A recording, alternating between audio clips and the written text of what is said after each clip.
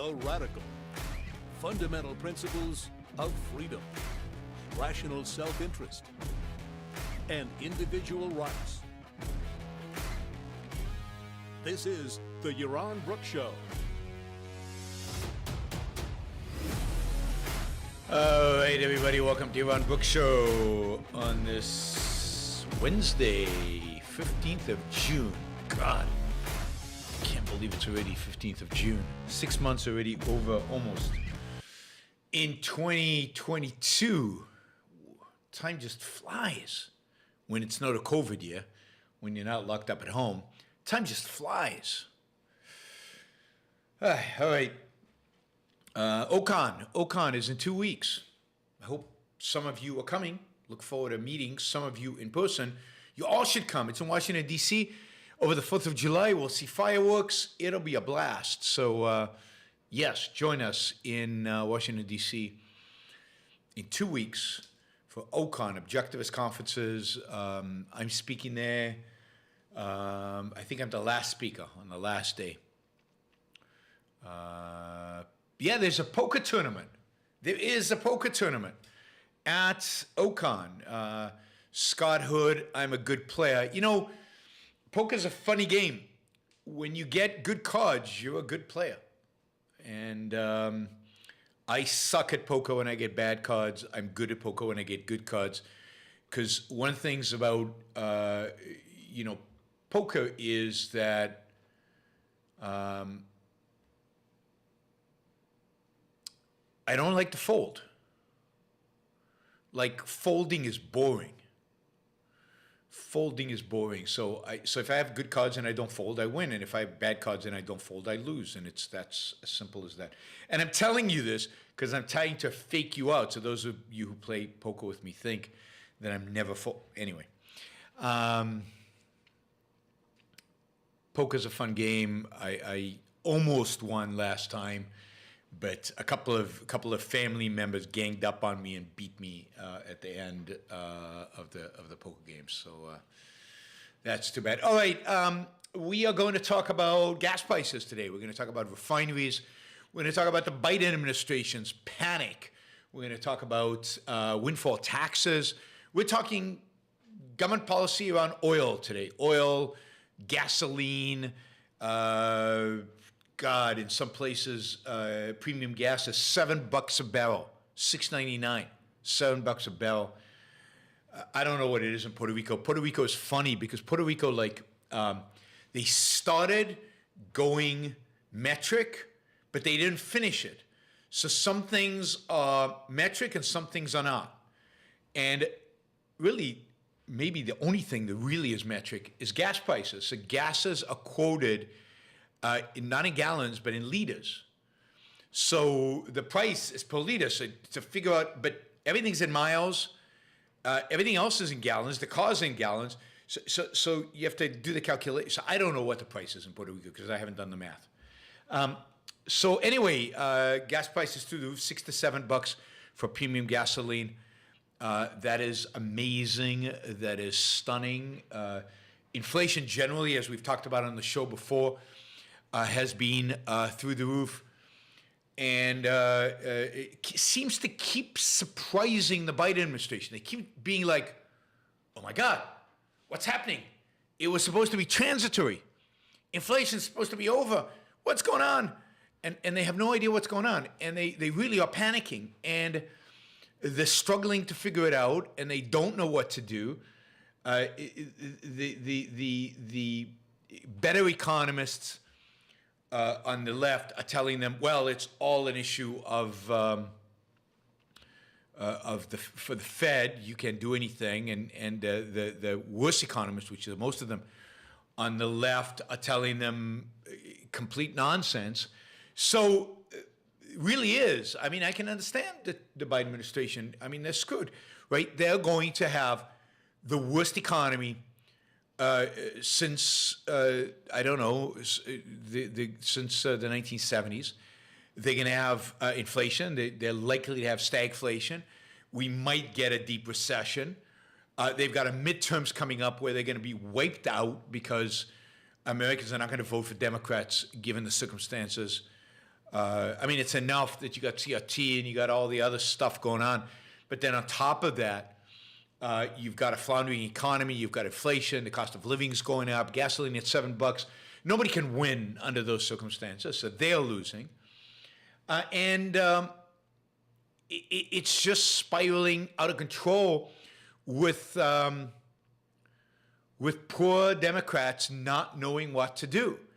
And they're just frantic. So Biden, when the initially inflation started, the story out of the administration of Janet Yellen and Biden. Janet Yellen's a decent economist. I mean, she knows better, but I don't think she has any real control there. Janet Yellen and Biden was, oh, it's transitory. It's just supply chains. They'll get fixed. No problem. Once the supply chains get going again, and any day now that's going to happen. We know that. And there's nothing we can do about it, the government. But supply chains are going to get going. We just need to spend more money. If we spend more money, supply chains get going, inflation will go away. And then they went, whoops, inflation didn't go away. Oh, but it's the Russians. It's that war in Ukraine. It's the evil Putin. He is. But it's evil. Putin's responsible for American inflation. That's the problem. It's Putin. If only we can defeat Putin quickly, inflation will go away. Well, we're not going to defeat Putin quickly, and inflation is not going away, and inflation has nothing to do with Russia. It's interesting that they haven't really blamed China yet. I think that it's because China is like Trump's gig. Like Trump blamed China for everything. It's like the Democrats are like, if we blame China, we sound like Trump. We can't do that. So they're not blaming China. They're blaming everybody else, but not China. So they blamed Russia. They said it's transitory. It's just supply chain stuff that is going to get fixed like that because it's easy to fix supply chain stuff. And none of that has worked. American people are not buying it. And people are struggling. People are clamoring for the government to do something because we've trained the American people that whenever you have a problem, the solution is government. And the Biden administration doesn't know what to do. So they've picked up lately the Elizabeth Warren line. Inflation is not supply chains. It's not Russia.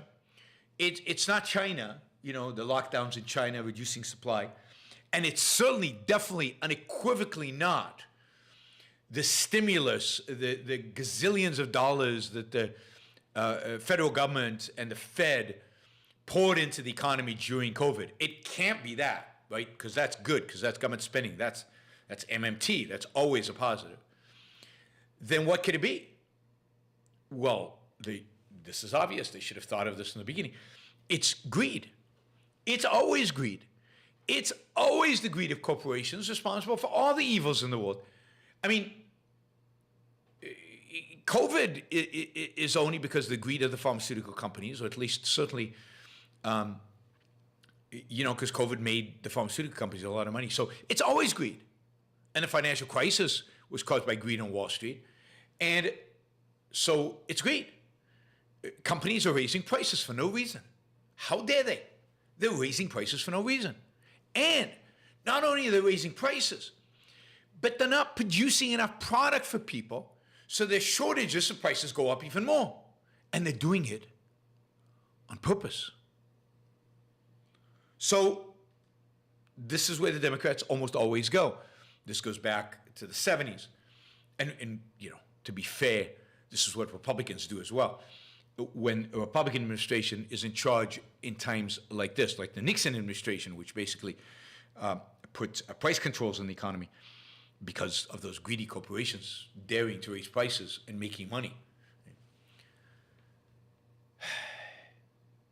So they're blaming business. They're blaming corporations. Today, Biden sent a letter to executives at Marathon Petroleum, Valero Energy, and ExxonMobil. The letter was also sent to Phillips, Chevron, British Petroleum, well, they don't call themselves British Petroleum, that's not politically correct, BP, and Shell. And in the letter, the White House, President Biden sent a letter to all these oil company executives saying, How dare you? Why aren't you producing more gasoline? Why are gas prices so high in America? You've got to produce more gasoline. Do you understand me? You've got to produce more gasoline. And how dare you make so much money? Profits in all these companies is way up. How dare you make so much money? You got to produce more gasoline. You've got to increase refining capacity immediately. Now, I want more refineries working now, today. And more gasoline will reduce prices, and maybe I've got a chance in 2022.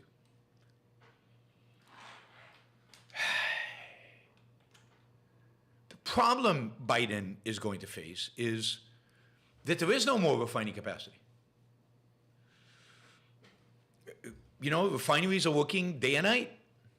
Now, you know, there are all kinds of problems with refining, like the fact that in the summer, California switches to an ethanol gasoline oil blend, which requires particular refining processes and capabilities. And when they do that, for a while, things slow down in the refineries. And then when they, you know, they pick up, but the gasoline produced by refineries that are producing gasoline for California is legally cannot be sold in any other state because other states have different blends. They don't have the California blend. And you can go on and on and on with the stupidity of regulations and controls that exists out there that make it more difficult for refiners to increase capacity. But the fact is, capacity right now in the United States is over 90%, 94% last I looked. So maybe there's a 6% increase they can maybe squeeze out somehow. But you have to shut down certain plants for maintenance sometimes. And the fact is, we're running at full capacity. This is it. What's Biden going to do next? And he knows this. It's not like the Biden administration doesn't know that refineries are running at full capacity. And it's not just that they're running at full capacity. Capacity has shrunk. Why? Why has capacity shrunk? Why are refineries in the United States and really all over the world producing less gasoline, have the capacity to produce less gasoline today than they could 3 years ago? Why, over COVID, over the last 2 years, have all refineries reduced capacity to produce? Why would they do that? Well, let's think about that. Over the last 3 years, and certainly during the Biden administration and during the Biden campaign, and when Biden was running for president, I actually have a quote on this. Where's my quote? Let's see if I can find my quote. Yeah. There's a quote here. This is Biden during one of the presidential debates in 2020, in a primary debate. He was outraged by the suggestion his climate plan wasn't ambitious enough. So he said, quote, "Number one, no more subsidies for fossil fuel industry. No more drilling on federal lands. No more drilling, including offshore. No ability for the oil industry to continue to drill, period, ends. Number one." All right? Well, if the Biden administration is going to come in and stop drilling and prevent people from drilling and generally shift, heavily subsidize other forms of energy, then why would any rational oil company, why would any rational refiner expand refining capabilities? If the Biden administration was to do everything in its power to reduce and to eviscerate the internal combustion engine in favor of electric cars, why? And this is true globally, not just in the United States. If Europe was going to now shift everything to electric cars and disincentivize the internal combustion engine, why would I increase refining capacity? I would shut down. I would start shrinking my refining capacity to just a new world in which people didn't want gasoline, didn't want oil. What oil was the enemy.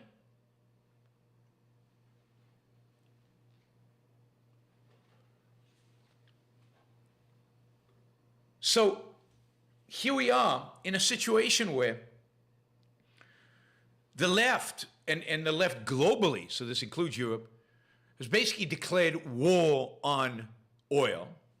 The right is quiet and impotent, as Cook says in the chat. They're too busy going after Disney. They're too busy arguing about what a woman is. They're too busy in the culture wars. They're too busy with that. You know, who has time for refiners and oil and economics and inflation? That's boring stuff. American people don't care. And they're right. American people don't care. What American people care about is CRT and transgender stuff. And that's what seems to consume the entire energy of everybody. It's the culture wars. It's the culture wars. Yes, abortion. We got to get rid of abortion. Who has time? Who has time for economics and economic policy? And so there's no opposition, but the world basically has declared war on oil refining, on oil discovery, on oil drilling. So guess what happens? Capital flows away from the industry. Less money gets invested in new drilling. Less money gets invested in new refining capacity. More money goes to alternative energy. More money goes to where the government is subsidizing, where the government is promoting, I don't know, anything that's, quote, alternative.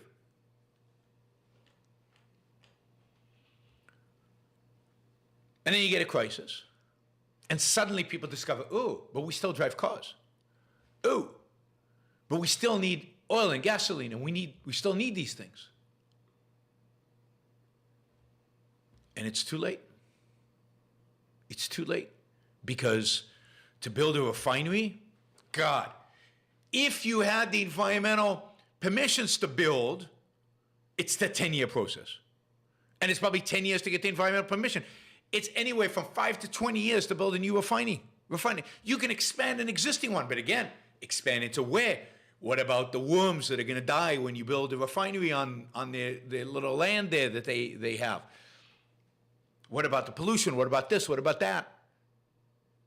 And you could have built a pipeline, but no pipeline, not a lot of big pipelines.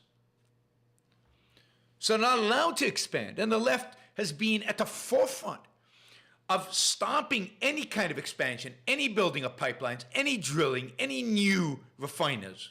They don't want refining. They want to shut down fossil fuels. Now, I don't think Biden wants to shut it down. He's just playing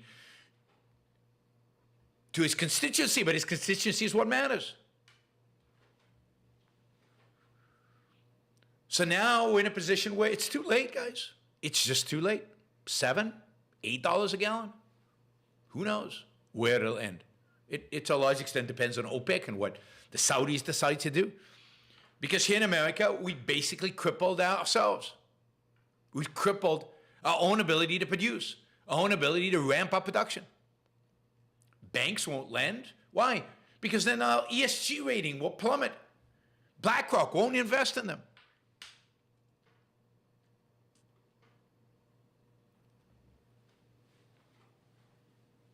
And Republicans, nowhere to be seen. Oh, Republicans did get involved in a new piece of legislation. A new piece of legislation, I don't remember the name of it, the something shipping, something supply chains, make the world a better place. So it's a bipartisan bill that has been approved by both the House and the Senate. It's going to be signed by Biden, I think, tomorrow. It's supposed to save supply chains. It's supposed to make supply chains more efficient. Ooh, Yaron, how are they going to do that? Well, you think, for example, maybe the bill will eliminate the Jones Act. Do you know that California imports oil, light oil, for its summer fuel blend from Asia because it can't get it from Texas and other places because of the Jones Act? I've already told you that places of Massachusetts and other places in the past have imported natural gas from Russia when they could import it from Pennsylvania, but they can't because of the Jones Act. So you think if you were going to improve supply chains in America, you do away with the Jones Act. Oh, no, that's not included in the bill. All right, so maybe you're going to deregulate shipping. Maybe you're going to deregulate the harbors. Oh, no, can't do that. Can't deregulate. Here is a bill that's supposed to improve supply chains, supposed to improve shipping. And the bill is basically more regulation, more control. It's giving whatever I had this, but I don't have it with me. Whatever the regulatory agency that controls shipping and harbors and all of that is gaining more power, new power. They're going to make it less effective. They claim that this will improve exports. But if you want to reduce inflation, what you want to improve is imports. Nope. It's going to make imports more cumbersome, more bureaucratic. So the one thing that can be done at the federal level, at the government level, at the federal government level, non-Fed level, to deal with inflation, which is deregulate, increase trade, eliminate tariffs, do away with the Jones Act. These are just a few things that, like that, would lower prices in the United States. No, can't do that. Can't do that. Don't trust markets. Gotta give more power to the central planners. I think the next step is to have Elizabeth Warren set gasoline prices. I think that's her next job. She's going to be in charge of setting the price of oil globally. Central planners, that's what the Democrats have. That's the tool that they have. They have nothing else.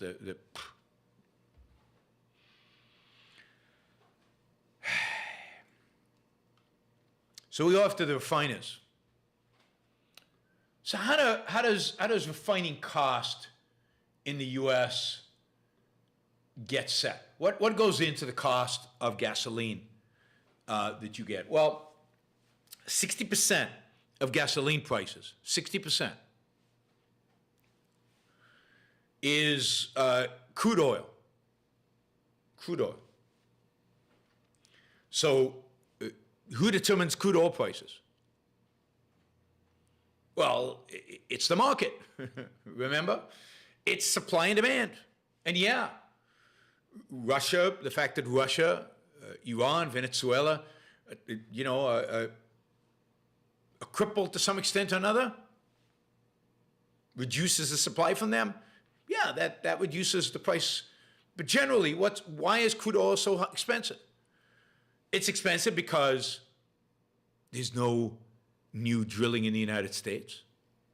It's expensive because OPEC, who Donald Trump lavished praise on, was schmoozed with, danced with the princess, sucked up to, has enormous power, and as a consequence of all the sucking up, is not afraid of the United States. It's funny because Biden tried to be tough with Saudi Arabia at the beginning, and now he's regretting it. So now he's going to fly to Saudi Arabia, and he's going to do a Trump. He's going to dance with the princes, and who knows what else he does with the princes, but he's going to dance with the princes and get them to like America again, instead of fearing America. But anyway, that's another story. So OPEC has basically said, we love high prices. We are not going to increase production. Not interested.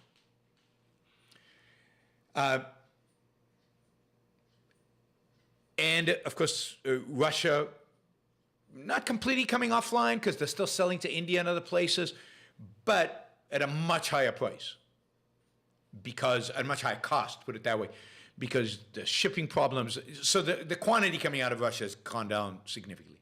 But the other flip side of this is, of course, economies have exploded after COVID.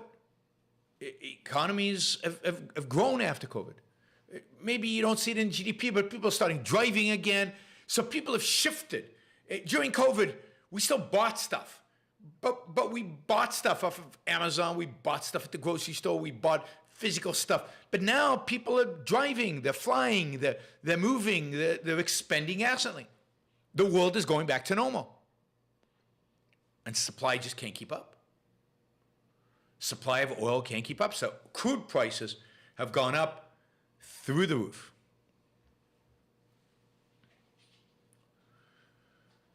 17% of the price of gasoline is refining costs and profits. So that's where you can go after the refiners. But of course, gasoline prices are up more than double, maybe triple in some places. That's not from refining costs and profits. That's almost all crude oil. 11% is distribution and marketing. Again, distribution is very expensive because of regulations, gas stations, getting into gas stations, all kind of environmental regulations around that. And finally, 12%, more than distribution and marketing. The highest percent, so 12% of the cost of gasoline is federal and state taxes.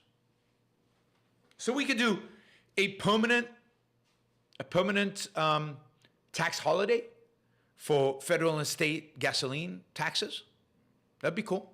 That'd be cool. That would reduce prices of the pump, but even there, not that much. When crude oil prices have gone up 3 times, then you know what? Gasoline prices are going to go up 3 times. Now, are refiners making a lot of money? Are oil companies making a lot of money? Because note, the costs to drill the oil, to bring it to the surface have not gone up. Maybe gone up a little bit because labor costs have gone up. But the price has gone up. They're making a fortune right now. All these companies are making a fortune.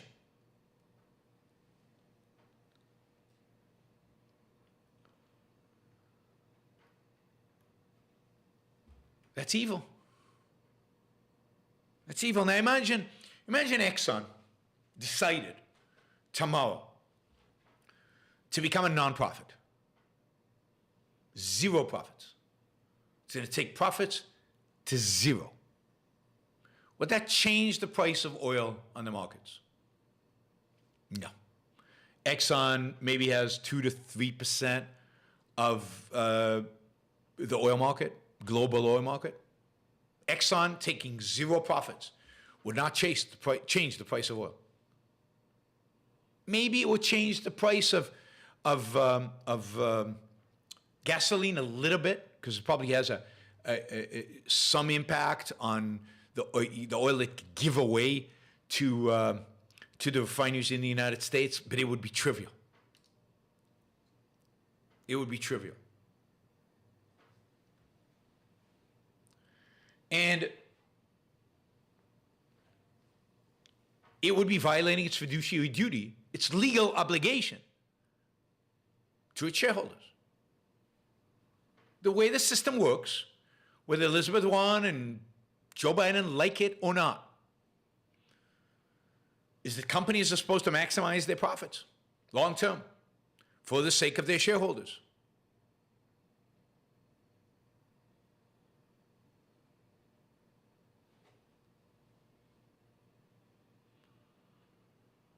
So,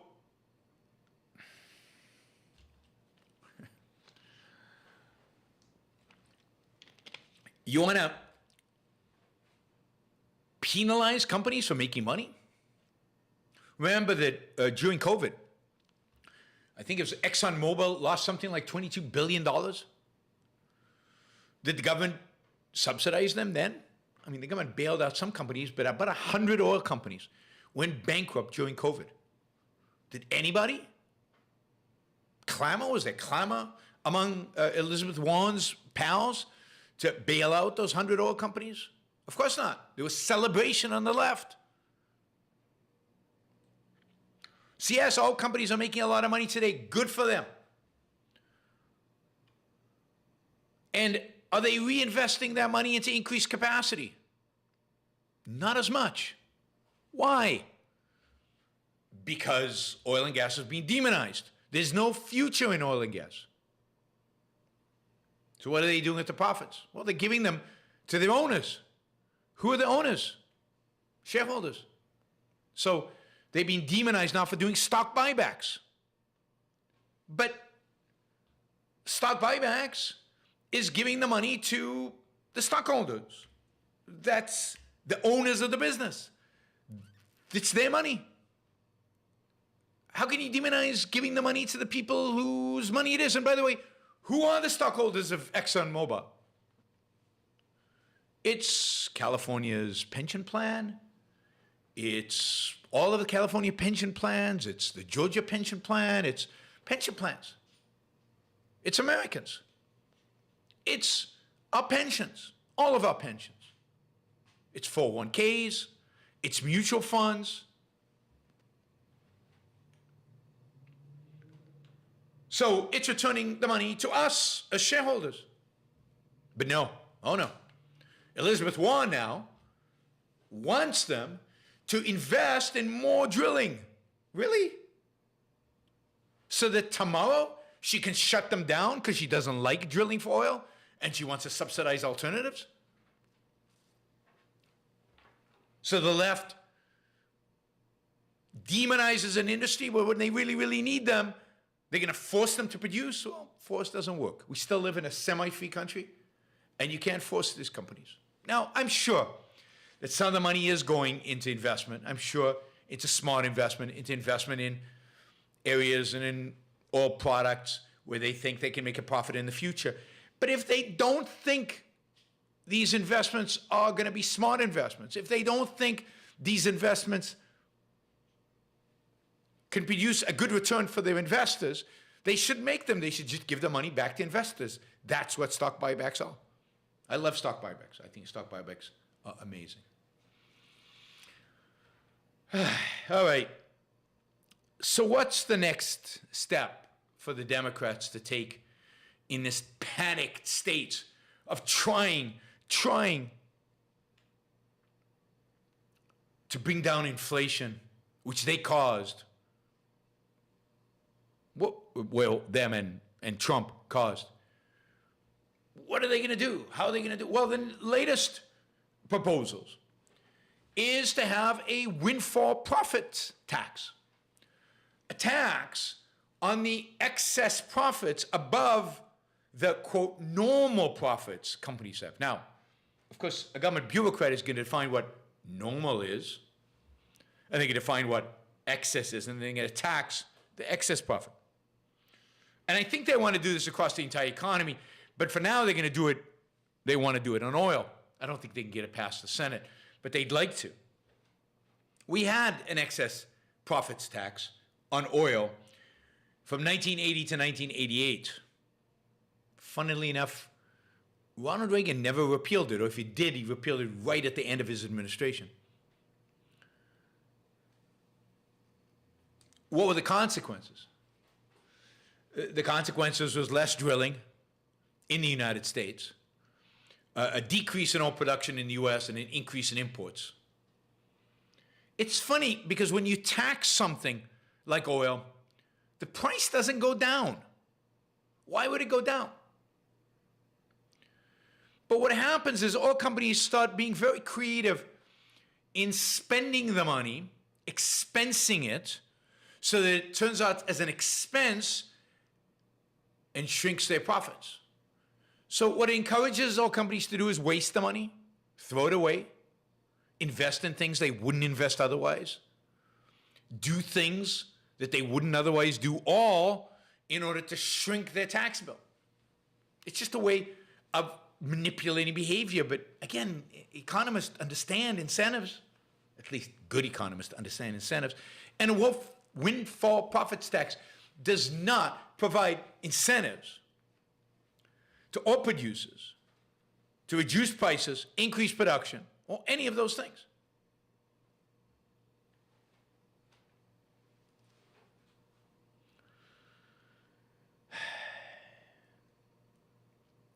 So you basically got a situation in which we're in today, where inflation is increasing, and I expect it to increase even more through the summer. Prices are going up. The Fed is trying desperately to raise interest rates, thus suck money and to try to suck money out of the economy by shrinking its balance sheet. But that is slow and weak. I mean, think about it. They raised interest rates by 75 basis points today, so 0.75%. Inflation is at 8.6% annualized over the last 12 months. But 12 months looking forward, it's higher than that. It's higher than that. If the monthly numbers come in at the rate that they've been coming in, we're looking at double-digit inflation. And the Fed is putzing around with a 0.75%. Now they promised to raise another 0.75% next month and another 0.75% in September, maybe, if things look bad, maybe. And the Fed is taking out about $30 billion of 30 or 3, anyway, some significant amount of money out of the economy through shrinking its balance sheet. Okay. It's a little slow. It's a little weak. And it's very late. It's very late. Yeah, Rob, the Fed rate is 1.75 with inflation at 8.75 pretty much. See, you know, rates, the Fed rate is, the real rate is negative 7%. That's inflationary. A negative 7% real short-term interest rate is inflationary. I'll just note that this Fed chairman was appointed by Trump. I don't know, just thought that might be useful information to have. Powell he strikes me as a nothing. And that's why Trump appointed him. Trump appointed him because he's a nothing. And because he's a nothing, Trump thought he could control him, and he did. He basically had him under his thumb. The alternative at the time they were discussing was to appoint John Taylor, the economist from Stanford University, who's a decent free market economist. And Trump didn't appoint John Taylor because he knew John Taylor couldn't be put under the thumb. And of course, Biden reappointed Powell because he knew Powell could be put under the thumb. So much for Fed independence.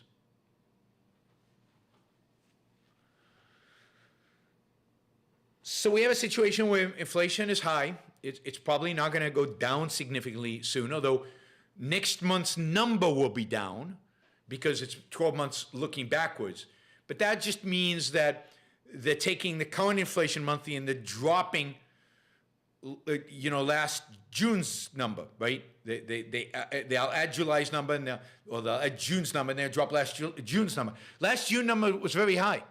They'll drop a high number, they'll add a number that's not as high, and inflation will go down next month, but it's meaningless because forward-looking inflation for the rest of the year is clearly up, clearly on an uptick. So inflation's rising, the Fed's doing its slow, methodological, no risk-taking, don't want to spook the markets, don't want to create a possibility of a massive recession. So we're going to take it very, very easily. The Biden administration is freaking out because Democrats are going to lose massively in the midterm election. And Biden is going to get blamed for this rotten economy. He is already super unpopular in the polls because of it. And they're freaking out. They're looking for things to do. The only things that would actually have an impact on inflation are things like eliminating tariffs, deregulating. That's it. Deregulation and eliminating tariffs are the two big things that would have an impact on inflation. Neither one of those are going to happen. Oh, the other one would be shrinking government spending would make a dent in inflation. Those three things, not going to happen.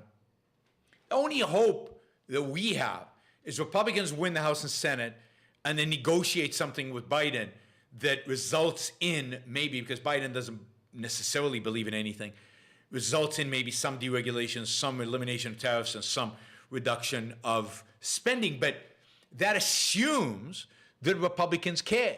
It assumes the Republicans have solutions. It assumes the Republicans want to deregulate, want to eliminate tariffs. After all, these are tariffs that Trump put on. Why would you want to get rid of them? It assumes the Republicans care about this stuff. They don't show any indication that they care about it. Any indication in it.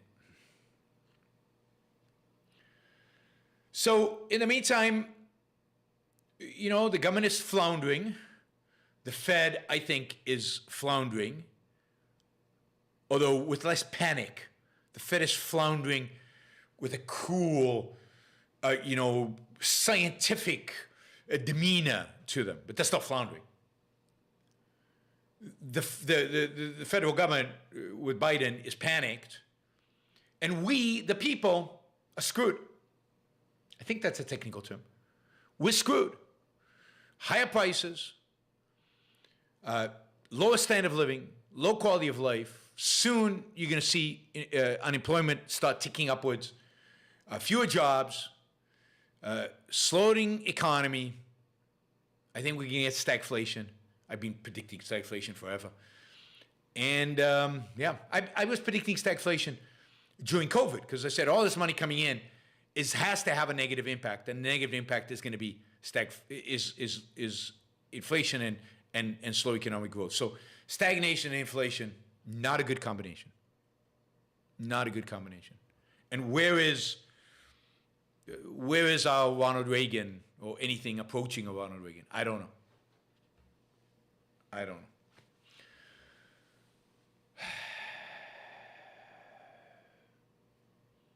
Rob says, when is the Fed not floundering? It's not floundering when it's doing things that cause long-term economic damage, but short-term seem fine. Like most of the time, other than in crises, right? Even during the 2008, they ultimately got away with it, it seems, because the damage was underneath. The damage was what we don't observe. The damage is the standard of living we could have had. The problem now is that the damage is imminent, immediate, and observable. It's inflation, everybody sees it. It's going to be recession, which everybody sees. So the Fed can't hide it.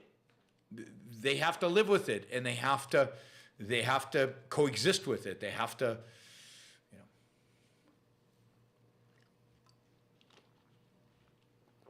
So oil price is going to be high.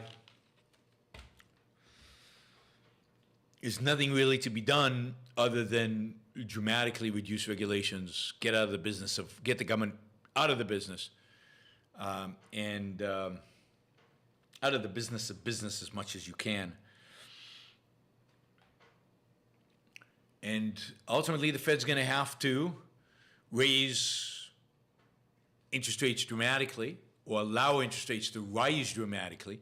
The Fed should get out of the business of setting interest rates, but that's very hard for them to do.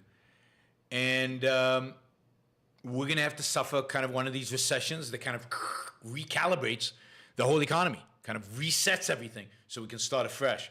But we can only do that. We can only do that if we allow,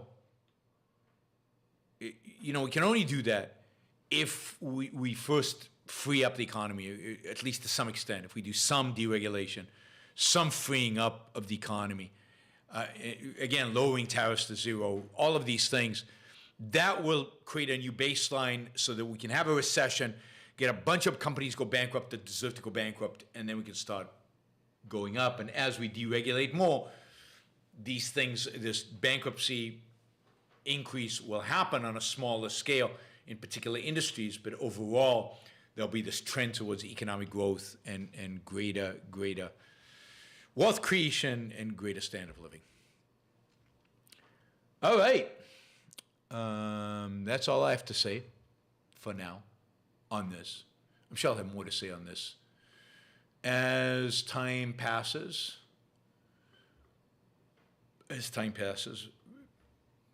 All right. Let's see. All right, Super Chat. The way to support the show is, one way to support the show is by Super Chat. You can ask questions. Attach to them dollars. The more dollars you attach to them, the faster I answer the question, the more time I spend on answering the questions.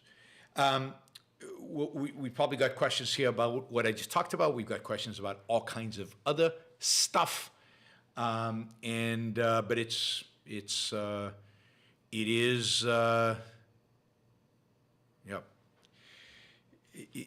the way in which to support the show. Right here with the Super Chat, you can support the show, and you can Other than supporting the show, you can ask questions. You can also support the show by going to YaronBrookShow.com/support, Patreon or Subscribestar. That's the way to support the show long term. Create monthly payments, monthly contributions. That way I get some visibility into the future. We have a goal for I have a goal for the monthly support, and we need to grow that by about 30%. But that's going to take some time, and I don't, that's not one I can easily motivate you to do. And that's primarily for those of you who are, have listened to podcasts, don't listen live. The easiest way for you then is to set up a PayPal account that just sends the Yaron Brook Show $5, $10, $50, $100, $500, whatever you want on kind of a monthly basis. And that if we get enough people doing that, then we can grow this thing and we can really expand and do a lot of exciting things. So I'm hopeful that we'll increase that. Those of you who don't watch live, that's the main way to support the show. The Super Chatters, we have a goal, $650 a show. It used to be $600, but inflation. I have to pay gas taxes as well, even though it is in liters. And with $650, we're a little behind today. Like we've only raised $185 today, but I'm sure we can fix that in the next hour or so that we don't miss our goal of $650. All right, so I'm going to answer questions. Also, before you leave the show today, if you liked the show, if you liked anything about the show, please give it a thumbs up. Liking the show on YouTube really helps with the algorithm and gets the show promoted and gets the show in front of people. So it gives it more visibility. All right, let's look quickly with the $20 questions if there's anything around oil. No, nothing. Let's look at the non-$20 questions. Hopper Campbell's. This is not working. Hopper Campbell says, it drives me insane how the statism that has hamstrung America for so long has lowered our expectation of progress. People laugh when you suggest 9% GDP growth, 10-hour work weeks, and flying cars. I know. And they think that 2% GDP growth and the old shitty cars we've always had is good enough. And it's not. We want flying cars. I want GDP growth of 9%. I want to be much richer. But, it is what it is. All right.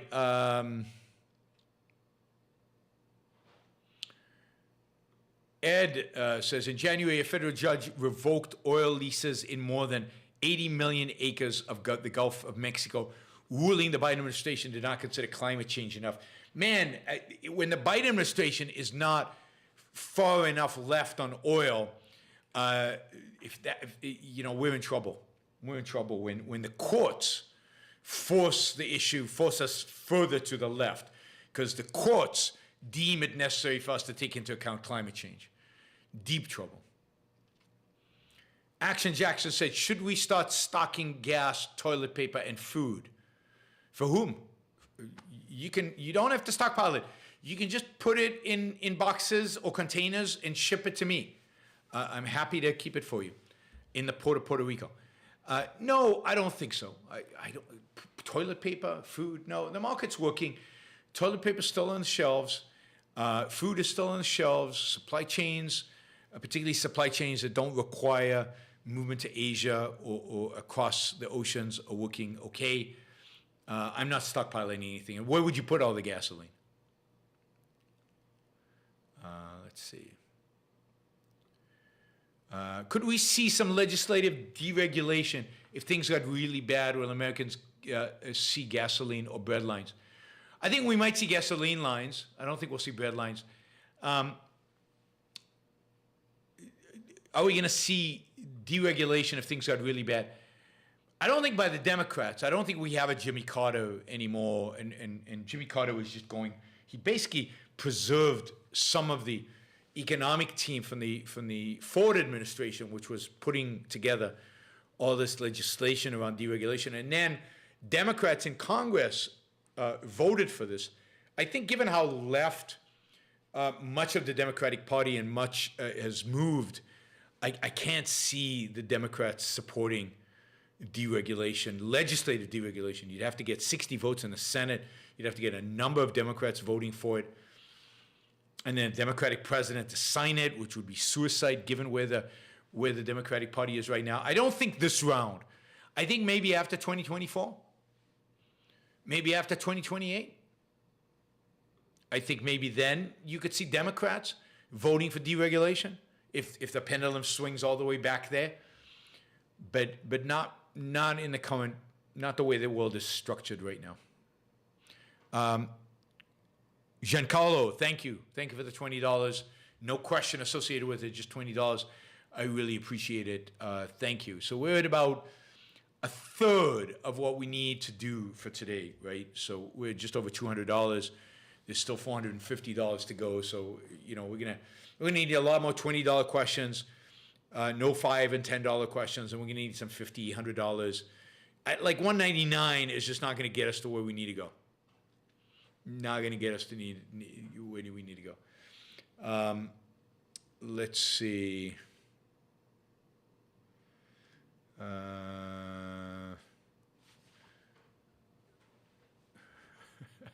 That's a pretty funny question. All right, but we haven't got there yet.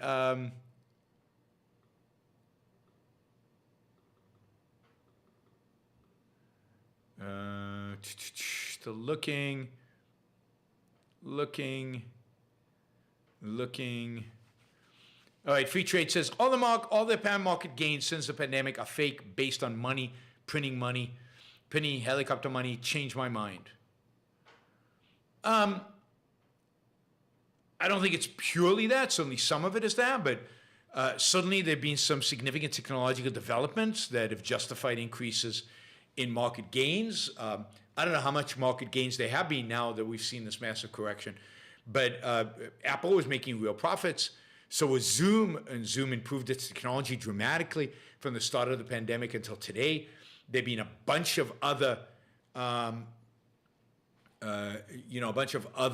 technologies invented, commercialized during the pandemic that have driven prices up. So I don't think it's true that all the market gains since the pandemic are fake. And certainly I don't think that's true given the fact that, it's not like right now the government is not, in a sense, creating huge amounts of money and pouring it into the economy. So, and yet, everything is collapsing, everything is going down, not because everybody discovered, all those gains we had those years were fake. No, it's because of inflation.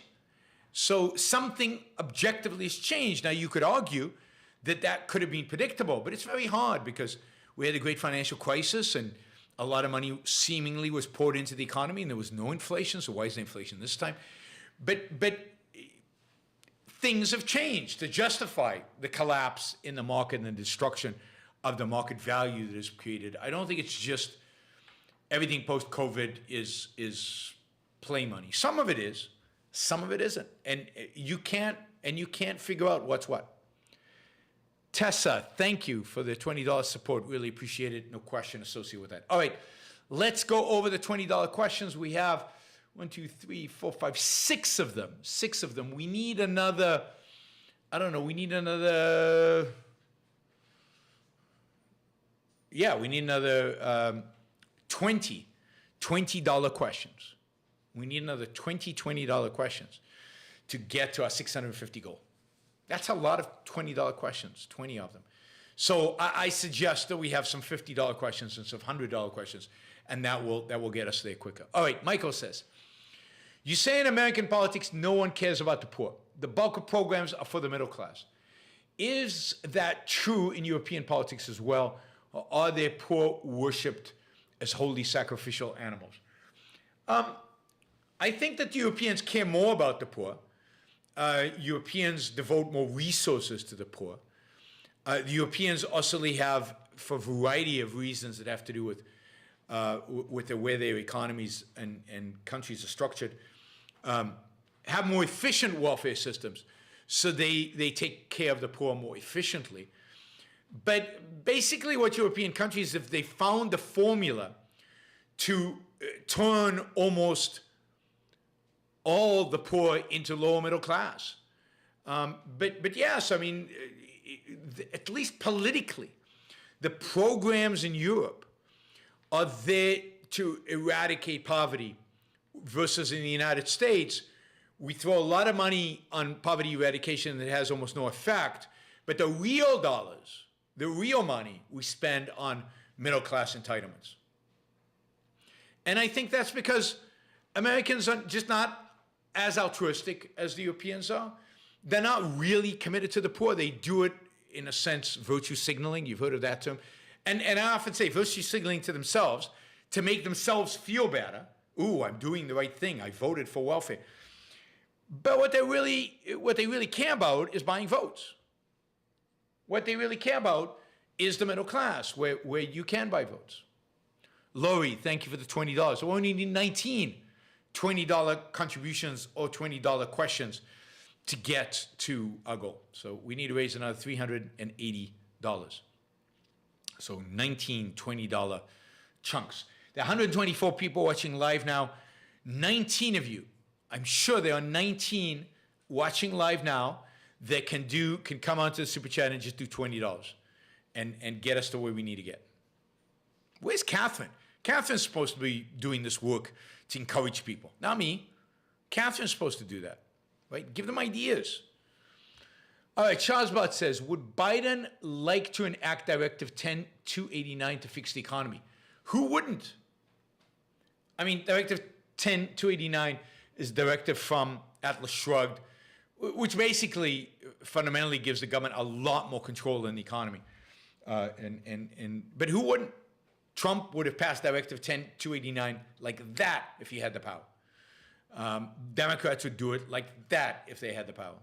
Some Republicans, like Trump, would do it like that. So, yes. All right. Joe, thank you. Really appreciate the support. Another $20, so we're now down to 18 people who can contribute $20 to get us to our goal each. That Doodle Bunny asks, my last semblance of optimism is that I don't think populations who have tasted a little freedom can ever revert 100% back to primitive savagery. They'll always want their Starbucks and iPhone, even in the cesspool like Russia. You'd think. Look at. I don't know why I'm taking the pessimistic side, but look at Iran. Look at Russia. Look at Rome. Now, Rome, granted, didn't have Starbucks and iPhones, but they gave it all up. They had running water, they had taps, they had multi-story buildings, they had technology that 400 years later nobody could have imagined how it worked. Had no clue. So, yeah, I hope you're right. I hope you're right, but the fact is that people have given up. My view is a little different than yours. My basis of optimism is that any particular people, country, let's say, might be willing to give up everything and to go back to the caves and to abandon their iPhones and their Starbucks and whatever. And for a while, any particular country could do that. But to imagine that would be done on a global scale, that would be done not just in Russia and Iran and North Korea and Venezuela and Cuba, but now it would be done in America. Okay, America might, but South America would be willing to give it all up, and all these other countries, and nobody would be willing to stand up for an alternative, and nobody would be offering an alternative, and nobody would be fighting for freedom, and nobody of the 8 billion people. You see, when Rome was around, Rome was very, in many respects, isolated, and the power was very centralized, and information was very centralized, and civilization was very centralized. But the world in which we live, information is not centralized. You literally have millions of engineers all over the world, including in Africa, in India, all over Asia and South America and the United States, who have the knowledge of industrial civilization. math, science, and engineering. You'd have to get rid of all of them. They'd all have to disappear. See, civilization can't just be wiped out today with the fall of one city, with the fall of one empire. You'd literally have to destroy everybody. You'd have to oppress everybody. And I just don't see that. I think globalization in this sense, globalism, I love to use words that piss you off. Globalism is a godsend. Because what globalization has allowed is not just superior trade, but it's allowed the dissemination of knowledge, of information. And there's nothing that can help us preserve liberty and freedom and civilization and technology and science more right now, given the state of where we are, than dissemination of information to the widest possible number of people. We want people everywhere in the world to have access and to have been exposed to, I don't know, the Declaration of Independence, the works of John Locke, the works of Aristotle, the works of Ayn Rand, but also to the knowledge of how to build, fill in the blank, and the latest science and all of this. And the more of that is widespread, the less possibility there is that the entire world goes under versus a country, a sector, a area goes under. So I am, you won't find very many people who are more pro-globalization than I am. Globalist is an anti-concept. It's a package deal of people who believe in free flow of information, capital, people, and trade with those who believe in one world government. I don't believe in one world government. Very few people who believe in freedom believe in one world government. I believe in globalization of everything that you can. And under those conditions, you know, and the wacky ideas that get globalized get defeated very quickly. I mean, look, wokeism is being defeated right now in San Francisco. Wokeism is about to be defeated in Los Angeles, where they're talking about recalling the DA in Los Angeles after the DA in San Francisco is recalled. Wokeism is being defeated in Philadelphia, where the district attorney in Philadelphia wasn't prosecuting crimes and now is going to be recalled. Wokeism is being defeated everywhere it touches. It doesn't have a very long half-life because it's so stupid. It's so ridiculous. The left, this is why the left cannot win, because their ideas are so stupid and so ridiculous that they will be defeated. Of course, it's too early to declare victory, but it's certainly not too early to see the trend. The Democrats are going to be eviscerated in 2022 because of wokeism.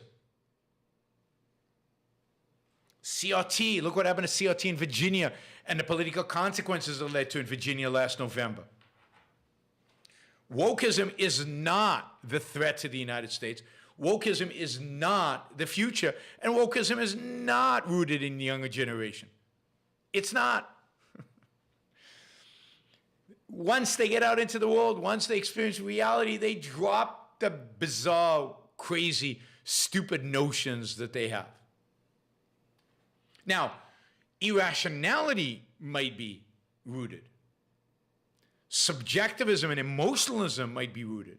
But the particular application in wokeism, I'm not diminishing its impact. Its impact is great today, but it has no future. It has no future. Not in America, not in Europe, certainly not in Europe. Europe doesn't tolerate wokeism.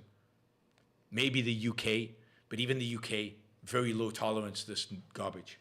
So, no, I mean, as I've told you from the beginning, the left, the wacky left cannot win. Not really, because it's too disintegrated, it's too stupid, it's too it's too wacky, and it doesn't have anything that inspires. It doesn't have any project. It isn't motivated to achieve anything.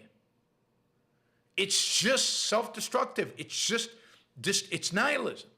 And nihilism, as Dr. Peikoff talks about in the dim hypothesis, is not a governing ideology. It can be very destructive in the meantime, but it can govern.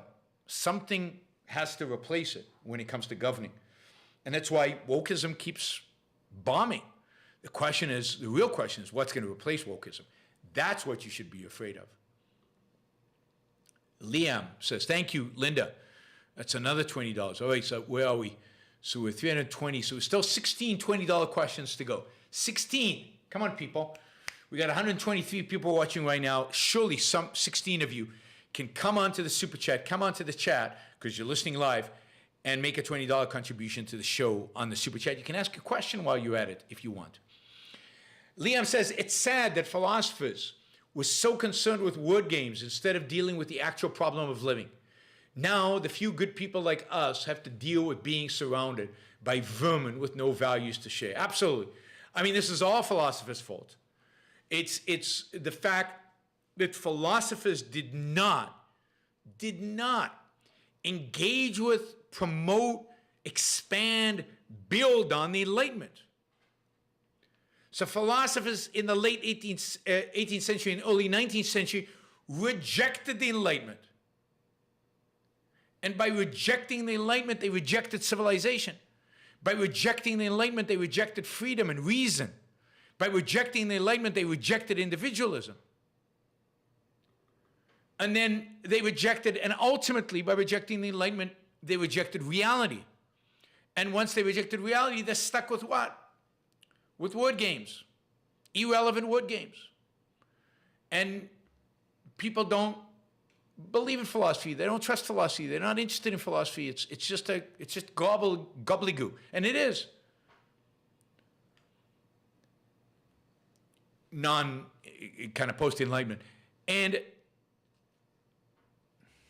what we get is what we have today, where no ideology, complete pragmatism, and people struggling to discover their values, struggling to fight for their values, and surrounded by vermin. Yep. Tazy says, just read a scene between Rourke and Keating. After Keating wins the Cosmo Slotnick, what great pages. Keating calls Rourke a damn fool and delusional, and why don't you start working? The irony of what's really going on in Rourke's life. Absolutely. I mean, Fountainhead is a masterpiece. It's a masterpiece in its characterization of Rourke and Keating, in the way things like that. You damn fool. Keating, who's destroying his life, is telling Rourke, who's about to be super successful, why don't you start working? Because Rourke will only work on great projects where his vision can be fulfilled, and he won't do garbage time. So he's being condemned by Keating for that, when it's exact opposite. The fact that he's insisting on perfection, the fact that he's insisting on doing it his way is what makes him Rourke. It's what makes him happy. It's what makes him the kind of human being that we all admire. It's a truly magnificent book and magnificent pages that Tazy is referring to. Absolutely. Adam says, I keep seeing more job ads than ever. Is this a local Southern California thing, or do employers ignore inflation and aim to get production and sales back to pre-COVID levels?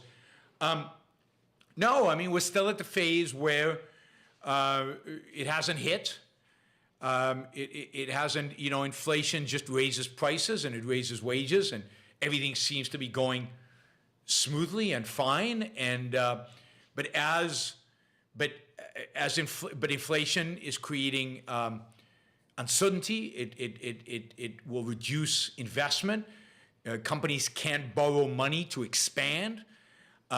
But that's going to hit them. It's just a matter of time before it hits them. And look, we had such a shortage of workers coming into this that it's going to take a while before we see it in unemployment numbers. But I predict, and again, economics is a tough area to make predictions, but I predict that at the beginning of next year, you will see real unemployment. Unemployment will go up significantly, and job openings will decline significantly. Also remember, Adam, the other thing is there's a huge mismatch between the people in the country and the jobs available for them. we don't have the people we need. This is a result of bad immigration policy. This is a result of constraining immigration and not allowing in the people we need to fill the jobs that we actually need. Instead, we have people who are untrained to do the jobs that we need, and we don't have any jobs for them. So there's a huge mismatch. But I expect as interest rates go up, companies can't borrow money. Companies don't want to invest in the future because it's too uncertain. I expect there to be recession, and I expect there to be job closings. Places like Southern California are always some of the last places where you'll notice a recession. If you just look at Southern California, Southern California, particularly Orange County, then the world looks amazing. The weather's always great. People are employed. People are relatively rich. There are very few homeless people, almost no homeless people in Orange County. Everything's fantastic. The restaurants are open. Everybody's dining out. Everybody's buying stuff. Wow. But if you travel inland, if you go to some of the inland counties in California, if you cross into other states, if you travel to other places, you see a different America. And so Southern California will be the last place you'll notice the recession because there's so much wealth in Southern California. Southern California is unbelievably wealthy, and it's unbelievably prosperous. There is a rotting mess in California, but you're not going to feel it in Southern California for a while. All right. Thank you, Adam. Let's see. We're down to 14. We only need 14 $20 questions or $20 contributors to get to our goal today. Richard Cunningham.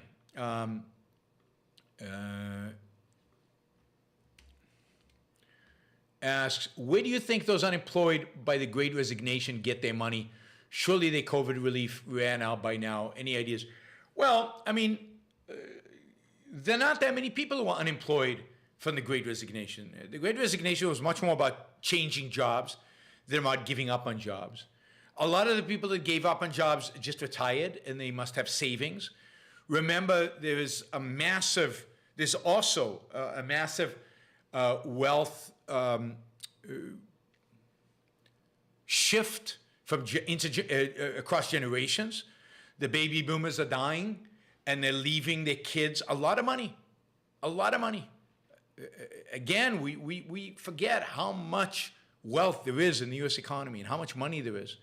And think about how much money is in your house and how much money is in your stock portfolio. If you die tomorrow, that money goes to your heirs, and suddenly they're much better off, and maybe they can afford to take some time off to find themselves or to not work for a little while. But the Great Resignation was primarily retirement and people switching jobs. It was less about people not going back to work. Now, women have not gone back to work completely post-COVID, so two-income families are down. But and young people have not completely back, and they live off their parents. Their parents pay for them. But in terms of number of people working, we're not quite back to before COVID, but we've been adding jobs every month. And yeah, there's still kids in their parents' basement. There are retirees that retired earlier who are living on their money. Now, they might regret that. They might want to go back to work because inflation's eating them up, eating alive. But the beneficiaries of inflation are savers, because suddenly they'll get higher interest on their savings. The beneficiaries of inflation, the real beneficiaries of inflation, are people who have fixed-rate mortgages. A lot of people have fixed-rate mortgages at very low interest rates, and they're going to benefit as interest rates go up from the fact that they have very cheap mortgages. So it's a tricky situation in terms of the benefits, but where are those people? They're living off of somebody. Many of them living off their parents, others living off of savings. The Great Resignation also, remember, was not just people at Starbucks. It wasn't baristas primarily. It was a lot of tech people switching jobs. A lot of tech people maybe taking some time out. And they have savings.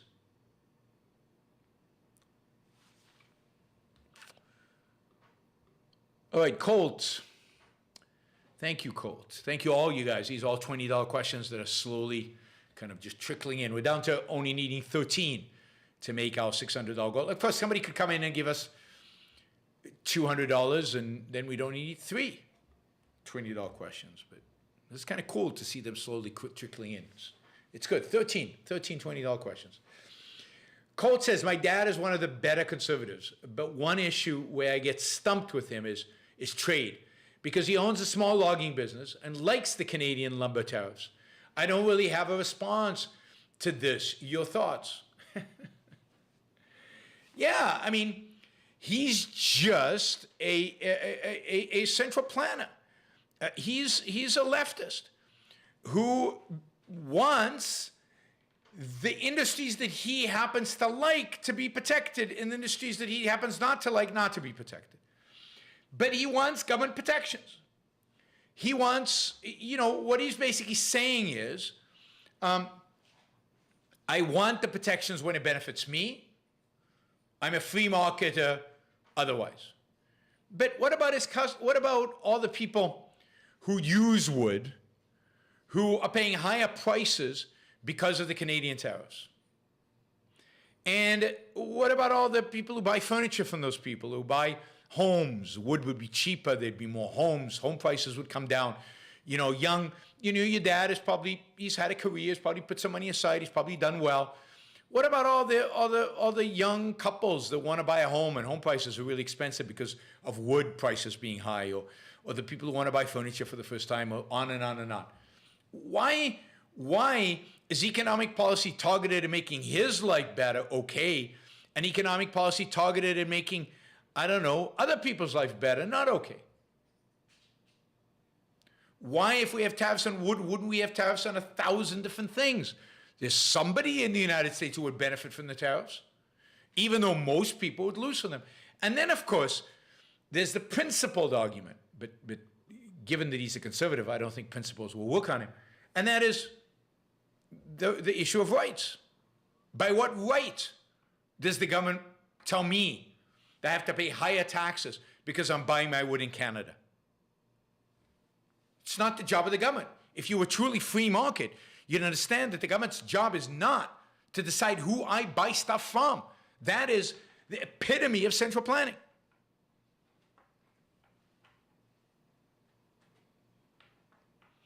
So, sorry, Colt, but your dad is a central planner.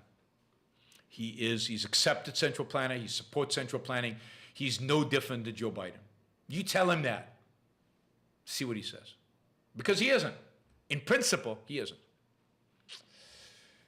Mika says, hey, Ron, any travel tips, museums, art galleries, etc. for Scotland and Ireland? Oh, my God. No, not really. I haven't been to many museums in either one. I've usually, particularly Scotland, gone in, gone out, and I haven't really had time. Certainly in Edinburgh, go see the statue of Adam Smith at the center of town. Go walk around Edinburgh University. It's a beautiful campus, old kind of buildings, beautiful. I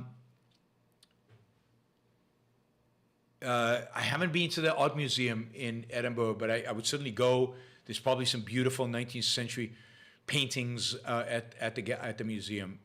Dublin, in Ireland, I would definitely go and see the library at Trinity College. It's open to the public. The Trinity College Library. It's one of the oldest libraries. It's just gorgeous. It's just gorgeous, and it's so cool to see a library, and an old library, and the respect they treat the books and the kind of books they have there. So Trinity College is beautiful. I would definitely go. I've spoken there, and I've been to the library a couple of times, and it's beautiful. But I haven't been to the museums in Ireland, in Dublin. I just haven't had the time when I've been there. So that would be my one recommendation I can remember right now. Sorry, wish I had more suggestions. All right, where are we? 11 and a half $20 questions. I'd be happy with 11 $20 questions. Somebody come in with $200 and Save us.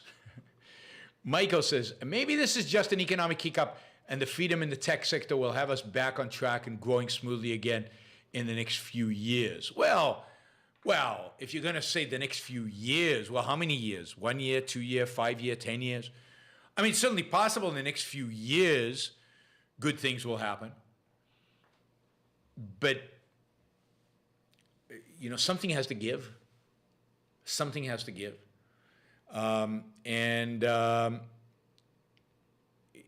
You know, I'm not sure that there's the political will to do the things that are necessary to get us into that smooth space.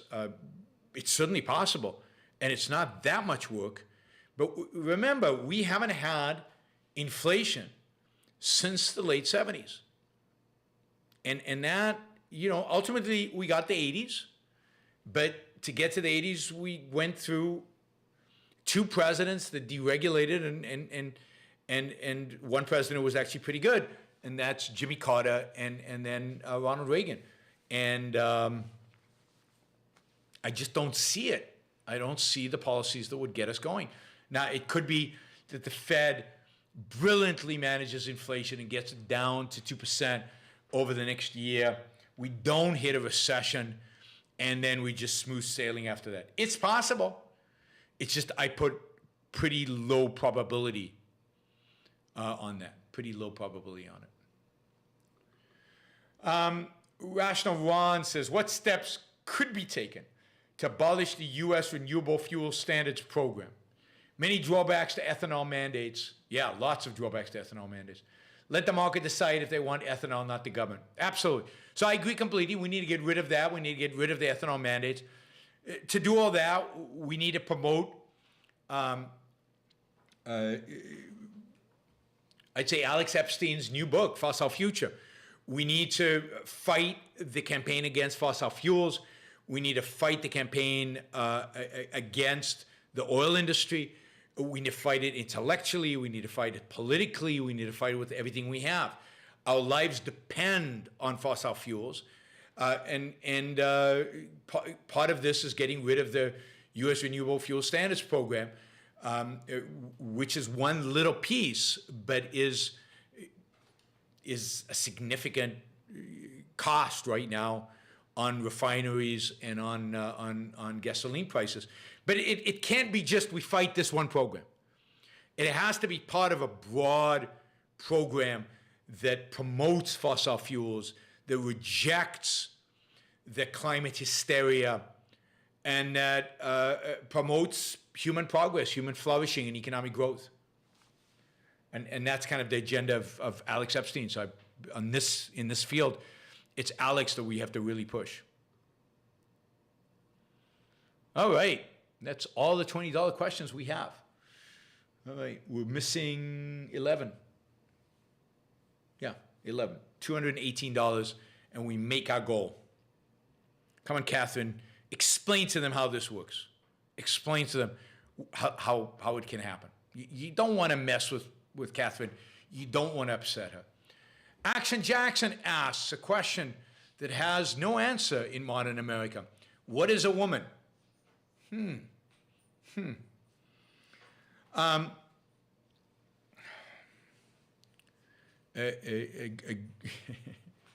grown-up with female genitalia. I don't know. And female reproductive organs. That is what a woman is. But in today's world, you're not allowed to define a woman, because a woman is not about biology. It's not about breasts. Apollo seems a little obsessed. Apollo Zeus. It's about feelings. A woman is whomever feels like a woman. Now, I'll do a show on this. Action Jackson has actually sent me a video of a Matt Walsh documentary. I don't particularly like Matt Walsh, but he's done this documentary about what is a woman, and he interviews this academic, and he tries to get him to define a woman, and it's pretty funny. It's pretty funny to watch. K-Fax asks, true or false, inflation is always and everywhere a monetary problem? False. I think that's false. It's not purely a monetary problem. It's, again, price inflation.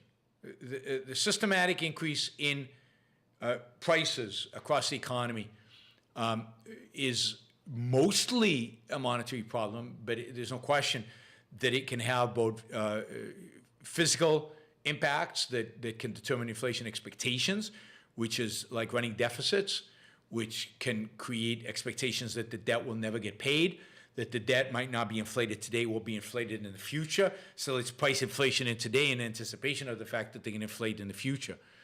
So that's an example where it's not a monetary problem right now. It's the anticipation of a monetary problem in the future that creates the inflationary pressures today.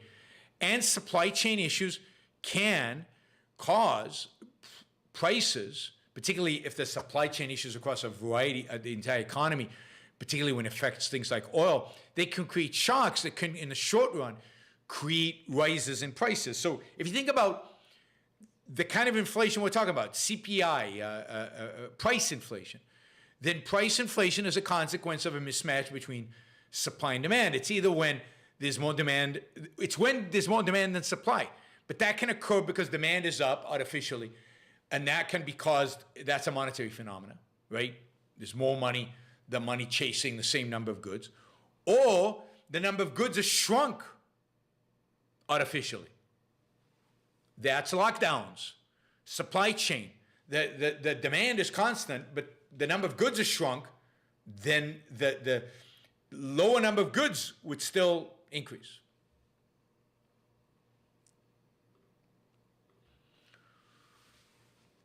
All right, Florida Nick, when you went to the basketball game, why didn't you glue yourself to the court to help the spread of objectivism?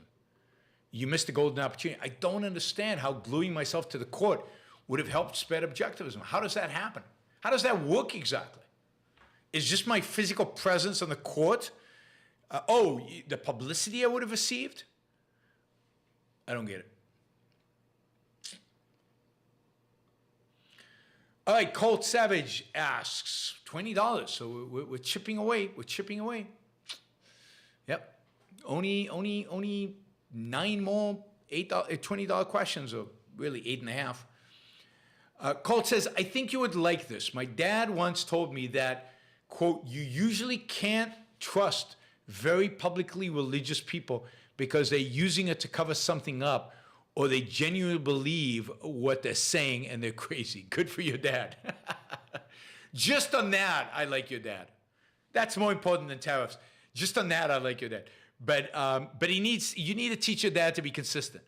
So if he believes in markets, and he has to believe in the markets even when believing in markets hurts his pocketbook.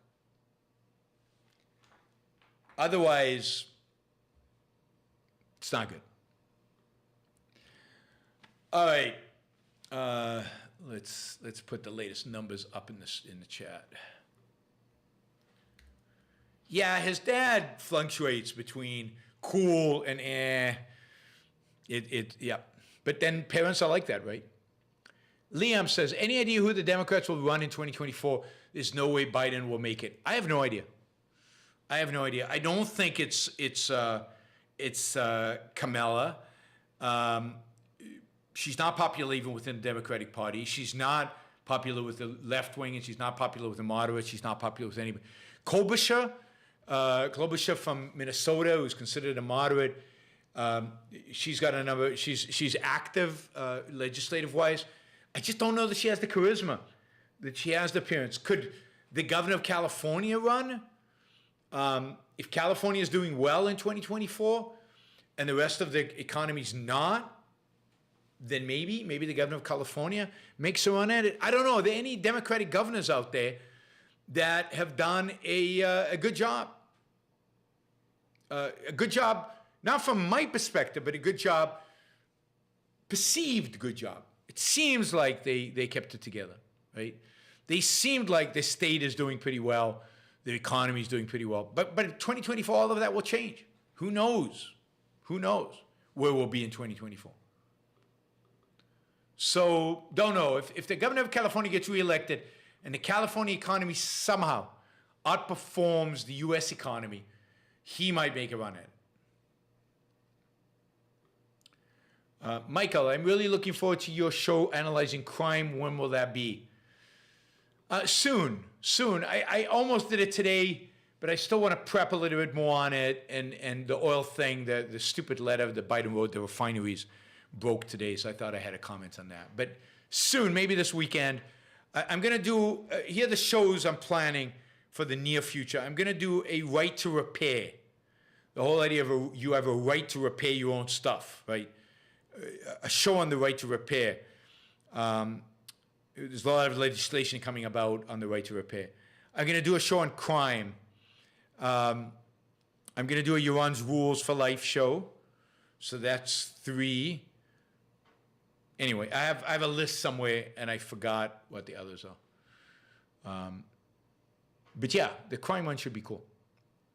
James Taylor asks, are you careful about not making enemies, or do you generally don't care about what other people think of you? Do you listen to the show, James? Isn't there a clear answer from the show about whether I care about making enemies? No, I tell it like it is. I don't care about enemies. Enemies come, enemies go. Most of my enemies are pretty lame and pretty impotent. I believe in doing the right thing. I believe in doing the right thing, in saying, calling it like it is. And if it pisses people off and it upsets people, so be it. But I'm not going to lie to you. I'm not going to tell you things I don't believe.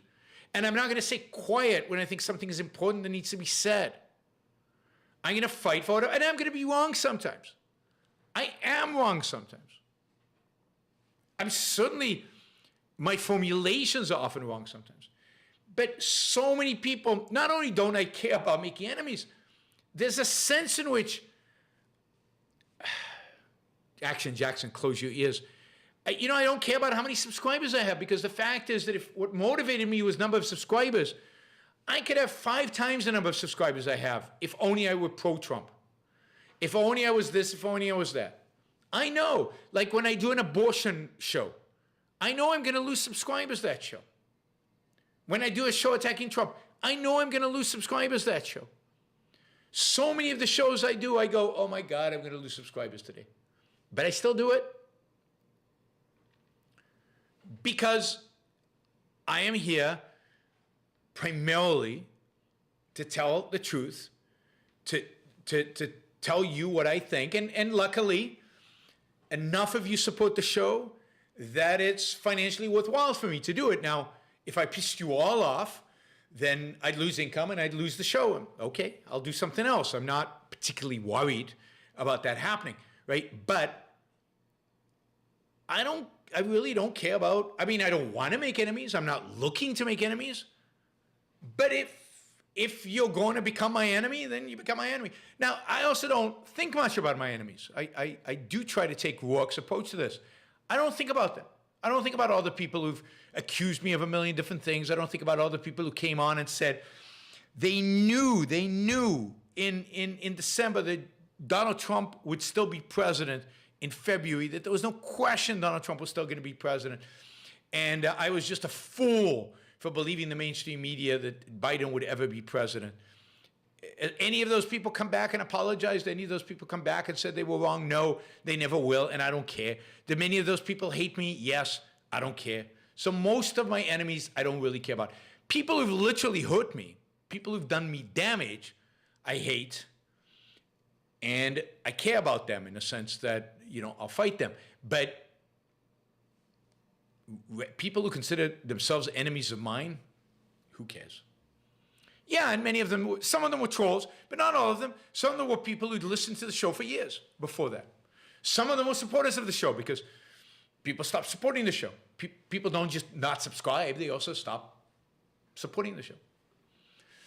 All right, Ian says, in stagflation, $150 short of the goal. We've had lots of questions.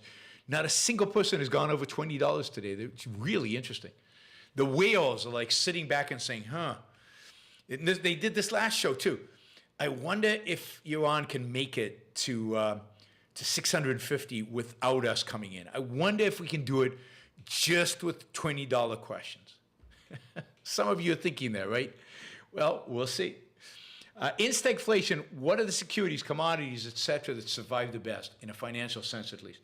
I mean, nothing does particularly well in stagnation.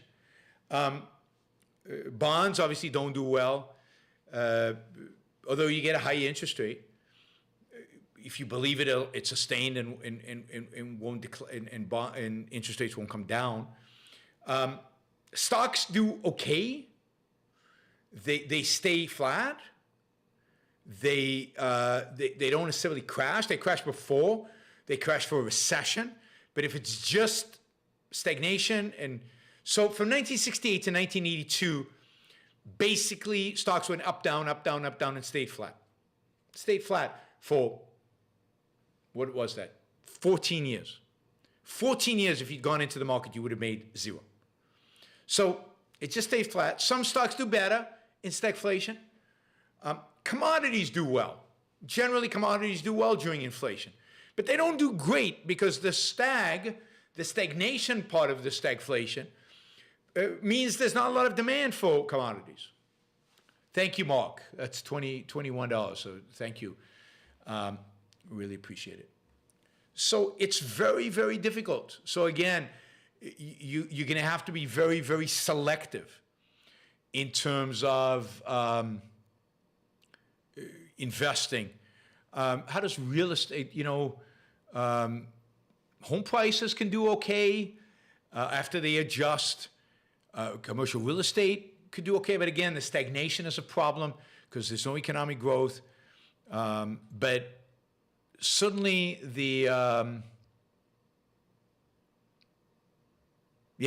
certainly if you can pick the right stocks, maybe stocks that miners that in commodities might do okay.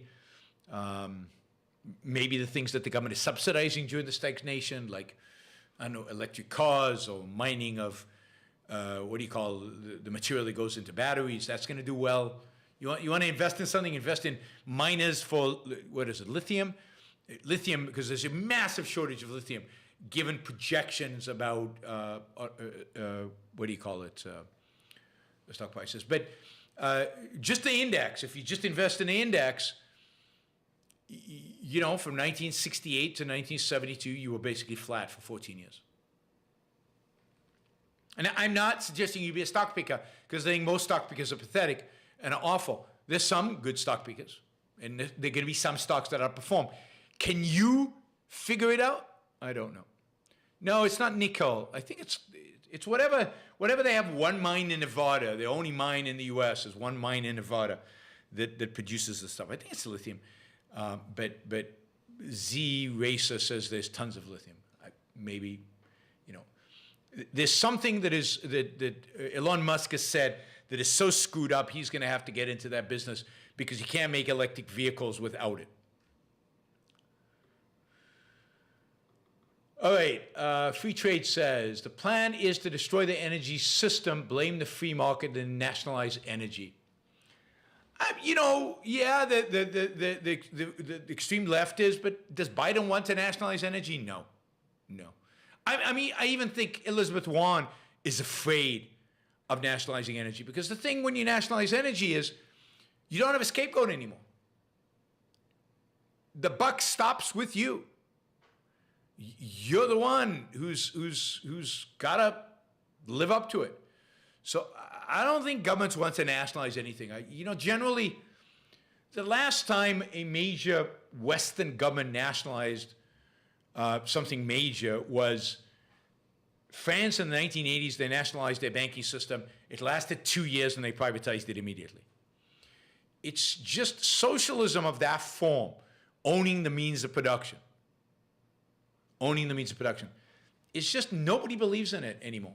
Not really. Not when it comes down to practice. Now, again, yes, the Bernie Sanders, the wacky left, but the wacky left has no power. Not really. So what they want is fascism. What they want is to control. So I don't believe that the goal of the Democratic Party is to nationalize energy. They want to control energy, but they want to stay in private hands so they can always scapegoat the private owners. All right, people, we're down to $126. Should be doable. Michael says, if you had stayed in Israel, would you have been able to start a hedge fund and become a multimillionaire? Or would you have been a lot poorer? I don't know. I would have had a lot less fun. I was in the construction business when I left Israel. I probably would have stayed in that business. I'm not sure what would have happened. Maybe I would have made more money than I made in America. I just don't know. But would have had less fun. It's so hard to tell what the parallel outcome would have been. And I wouldn't have gone into finance, I don't think. Wouldn't have started a hedge fund. If I'd stayed in Israel, there's no way I would have landed up in finance. It just wasn't on the radar. I would have done business in some capacity, but I was in construction. I was a construction manager. I was about to become a partner in a construction management firm. My boss was going to make me a partner if I'd stayed in Israel. We could have grown that business a lot. We could have become, real players in the construction business in Israel, but I would have never been doing this, never been involved in an institute, never got a finance degree, never had a hedge fund. So who knows?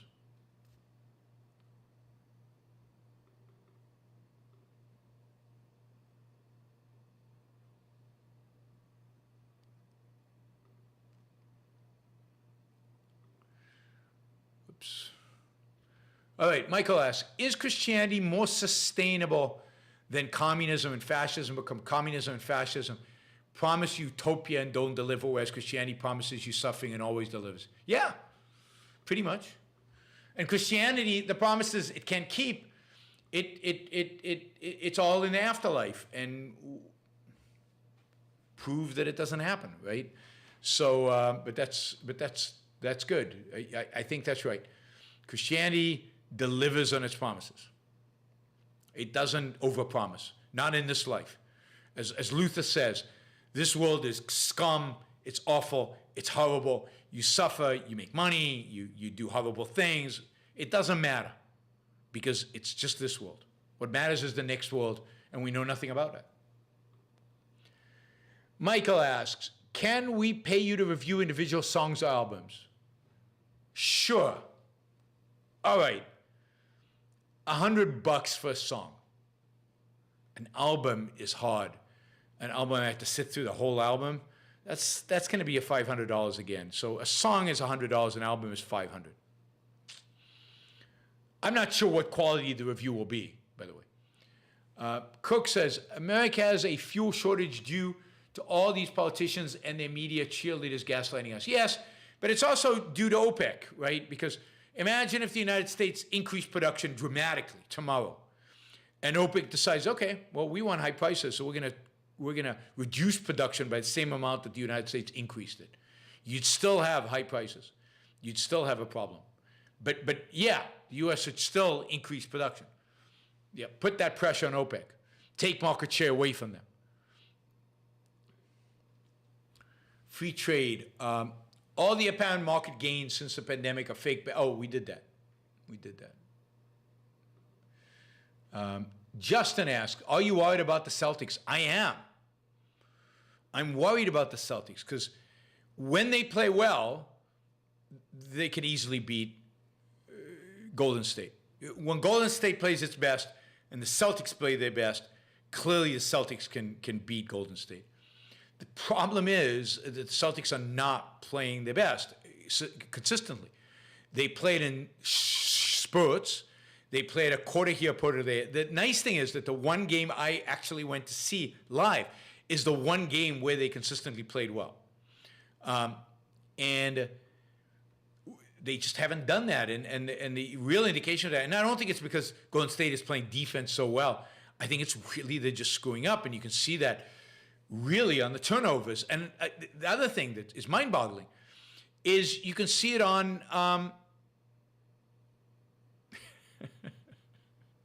you can see it on their free throws. They can't make free throws.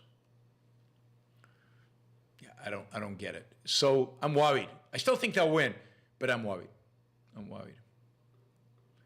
All right, Shazbot has come in with $100 to get this over with, and wants me to review the song. God, you come up with the wildest. I'm trying to look for the page where I write down the things I'm supposed to review. The wildest. Okay, so he wants me to review the song "Your Horoscope for Today" by Weird Al Yankovic. So I will review it for $100. I said I'd review a song, and there we go. So please bring it on, all those of you who wanted me to review songs. I'm sure none of them will be as weird as that one. But thank you, Shazbot. Shazbot, huge supporter of the show by encouraging me to do reviews. All right, Catherine. Catherine's put in $20. Even Catherine's put in $20. So we're $6.73 short.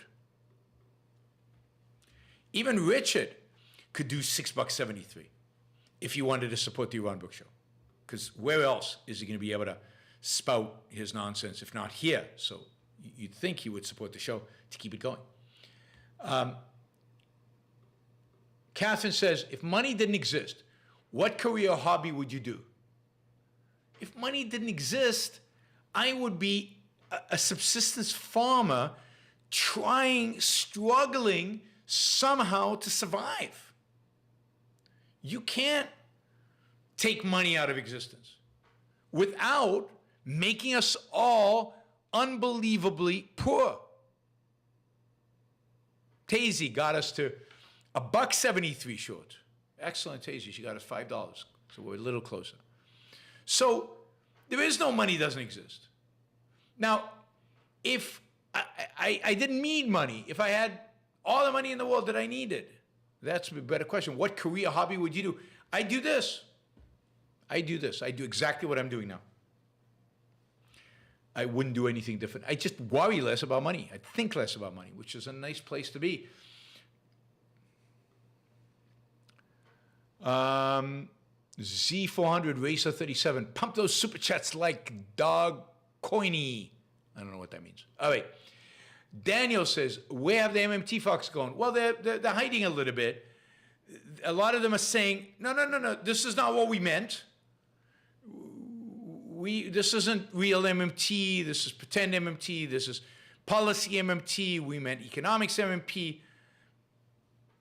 But yeah, I mean, we got inflation. Not what they predicted. Roosevelt, for $20, thank you, Roosevelt. A federal court in Baltimore ruled that a Maryland law requiring book publishers to offer public libraries reasonable licenses to ebooks and digital audiobooks unconstitutional. I'm glad the court got it right. Yeah, absolutely. That's a nice copyrights case. Very nice. Because that basically means you don't have to, public libraries, in other words, the common good, so-called common good associated with public libraries, does not diminish your right to make a profit. You can choose not to make a profit. It doesn't diminish your right to make a profit. So they can't force you to offer it at reasonable price. Good. I mean, I still think the courts are the healthiest part of the American government, and we're still getting some good decisions by the courts. 000 NXC 000. Did you do the Kiki delivery service review? If so, when was it? I did, and it's, I'm pretty sure it's in the title. It was the day I did Top Gun, Kiki, and A Bronx Tale. And they were all in the title, so it's just a few shows ago. So if you look at the latest shows, you'll find it. Frank asked, why did a young man take out his anger over his girlfriend on a few expensive classic Greek pieces in Dallas Art Museum? Are young people today nihilist? I mean, yes, but look, he was looking for something to take his anger on. The door happened to be kind of weakly closed. He slammed it in, he walked in, and he destroyed some stuff. But people have been going into museums and destroying stuff forever, for a long time. It's nothing new. I don't think there's any, there was also the attack on the Mona Lisa. But there've been much worse cases of this kind of stuff.